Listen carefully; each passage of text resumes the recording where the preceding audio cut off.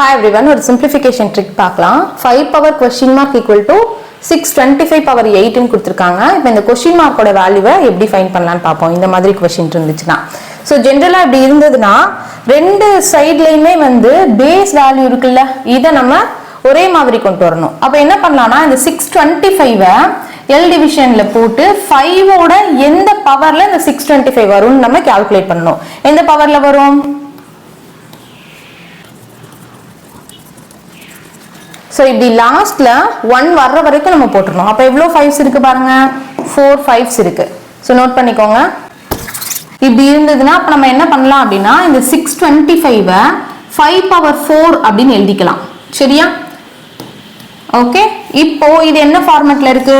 5 power 4 the whole power 8 அப்படிங்கிறது a power m the whole power n ன்னு இருக்கு. இத நம்ம a power m into n அப்படின்னு நம்ம சேஞ்ச் பண்ணிக்கலாம். அதாவது இந்த ரெண்டு நம்பரை நம்ம மல்டிப்ளை பண்ணி போட்டுக்கலாம். சோ அப்படி போட்டா என்ன கிடைக்கும்? சோ இது எப்படி போட்டுக்கலாம்? 5 power 32 4 into 8 32 அப்படின்னு போட்டுக்கலாம். இந்த பக்கம் 5 power question mark இருக்கு. இந்த மாதிரி ஈக்குவலோட LHS RHS ரெண்டு சைடும் சேம் பேஸ் இருந்துச்சுன்னா பவர் ரெண்டும் ஈக்குவல். அப்ப question mark equal to 32 is the right answer. இப்போ நீங்க என்ன பண்ணுங்க, இந்த क्वेश्चनக்கான ஆன்சர் என்ன வரும்ன்றதை கமெண்ட் செக்ஷன்ல போஸ்ட் பண்ணுங்க.